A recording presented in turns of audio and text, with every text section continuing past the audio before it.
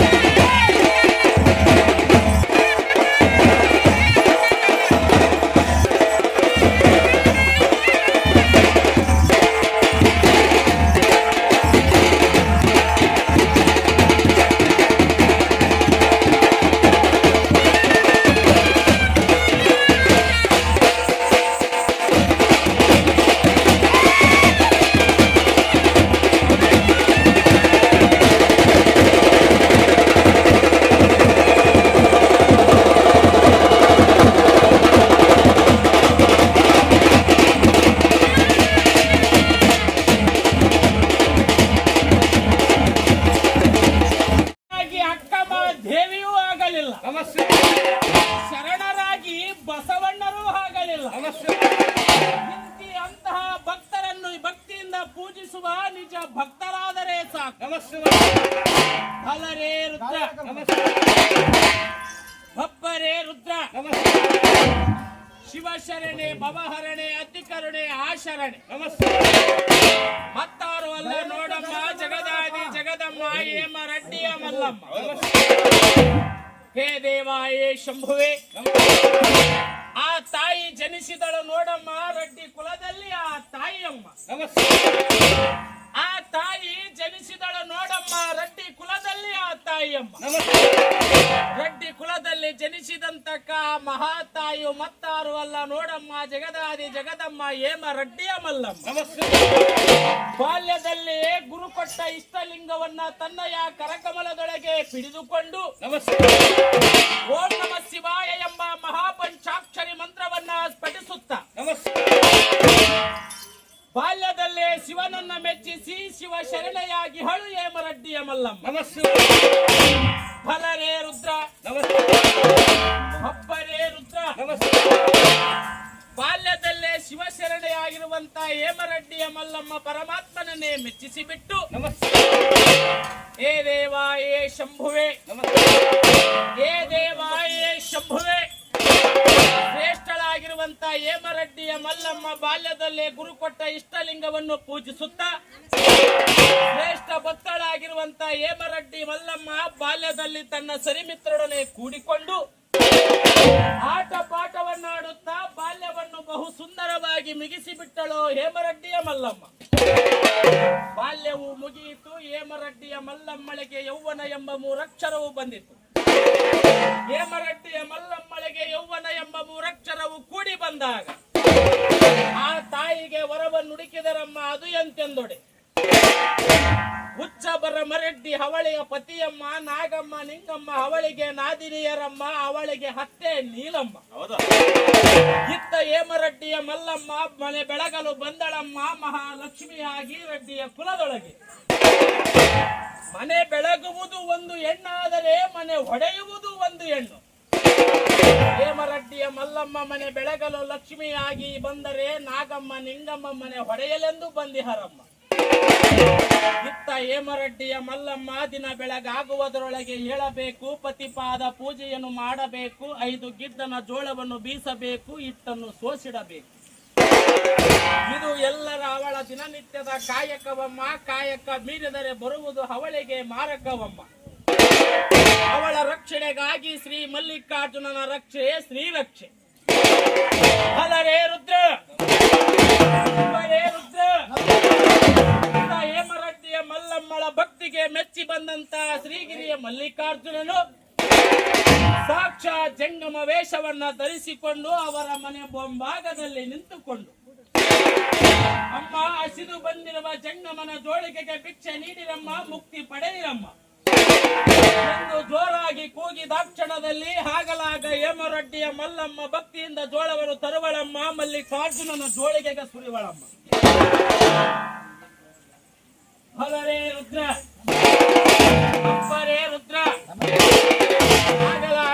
ಮಲ್ಲಿಕಾರ್ಜುನನು ಅವರಿಗೆ ಅಭಯ ಆಶೀರ್ವಾದವನ್ನಿಟ್ಟು ತಾ ಮುಂದಿನ ಮನೆಗೆ ಪ್ರಯಾಣವನ್ನು ಬೆಳೆಸುತ್ತಿಹನಮ್ಮ. ಏ ದೇವ ಏ ಶಂಭುವೆ, ಇದರಂತೆ ದಿನ ನಡೆದವಮ್ಮ, ತಿಂಗಳು ತುಂಬಿದವಮ್ಮ, ವರ್ಷಗಳು ಉದುರಿದವಮ್ಮ.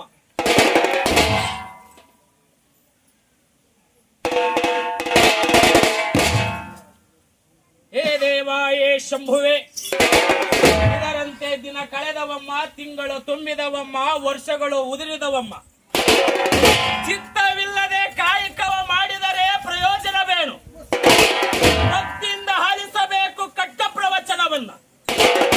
ಬಲರೇ ರುದ್ರ, ಒಬ್ಬರೇ ರುದ್ರ. ಆಗಲಾಗ ಮಲ್ಲಿಕಾರ್ಜುನನು ಮುಂದೆ ಪ್ರಯಾಣವನ್ನು ಬೆಳೆಸಿದ ಕ್ಷಣದಲ್ಲಿ ವರ್ಷಗಳು ಉರುಳಿದವಾಗ ಆಗಲಾಗ ನಾಗಮ್ಮ ನಿಂಗಮ್ಮ ಮನದಲ್ಲಿ ಕೆಟ್ಟ ಆಲೋಚನೆಯನ್ನು ಮಾಡಿದರಮ್ಮ. ಈ ಮಲ್ಲಿಗೇನಾದರೂ ಮಾಡಬೇಕೆಂದರಮ್ಮ ಮನದಲ್ಲಿ ದುರ್ಬುದ್ಧಿಯನ್ನು ಓಡಿಸಿದರಮ್ಮ.